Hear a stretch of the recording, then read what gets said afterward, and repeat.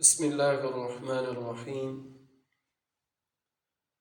آج کا جو ہمارا پہلا سوال ہے، سوال ہوا ہے کہ منافق کون ہوتا ہے، منافق کس کو کہتے ہیں؟ اور دوسرا سوال ہے کافر کی بخشش اور نجات کے لیے دعا کرنا آیا کہ جائز ہے یا نہیں؟ کافر کی بخشش اور نجات کے لیے دعا کرنا جائز ہے یا نہیں؟ پہلے سوال کا جواب سماعت فرمائیں کہ منافق کون ہوتا ہے۔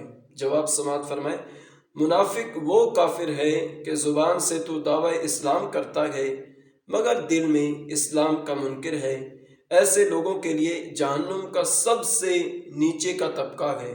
حضور سلطان مدینہ، راحت قلب و سینہ، صاحب معطر پسینہ، باعث نزول سکینہ صلی اللہ تعالی علیہ وسلم کے زمانہ اقدس میں کچھ لوگ اس نام کے ساتھ مشہور ہوئے، اس لیے کہ ان کے کفر باطنی کو خدا عز و جل اور رسول اللہ صلی اللہ تعالی علیہ وسلم نے واضح فرمایا اور فرما دیا کہ یہ منافق ہیں۔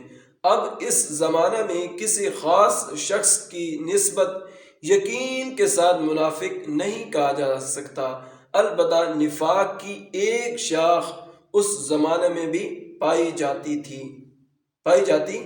ہے، اس زمانے میں بھی پائی جاتی ہے، تو اس زمانے میں بھی تو ساری خصلتیں جو منافقین تھے اس میں پائی جاتی تھیں کہ بہت سے بد مذہب اپنے آپ کو مسلمان کہتے ہیں اور دیکھا جاتا ہے کہ دعوی اسلام کے ساتھ ضروریات دین کا انکار بھی ہے۔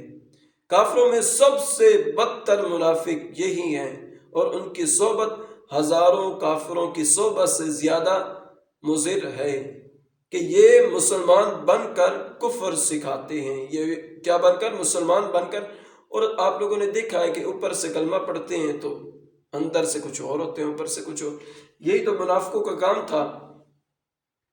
تو اگلا سوال سماعت فرمائے کہ اگلا سوال ہمارا کیا تھا کہ کافر کی بخشش اور نجات کے لیے دعا کرنا جائز ہے یا نہیں ہے؟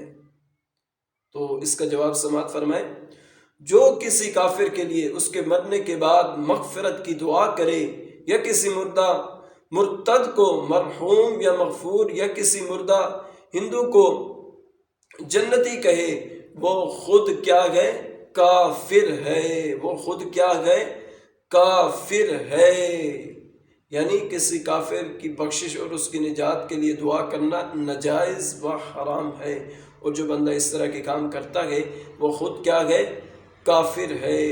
خود کیا ہے؟ کافر ہے۔ تو خدا را اپنے آپ کو تبدیل کریں، اپنے اندر انقلاب لائیں، اور جو کفار حضرات ہیں، مشرکین جو ہیں، جو بت پرست جو ہیں، یہ جو میری ویڈیو دیکھ رہے ہیں، تو خدا را نبی علیہ السلام کے امتی بن جائیں اور حضور علیہ السلام کا کلمہ پڑھیں، مسلمان بن جائیں۔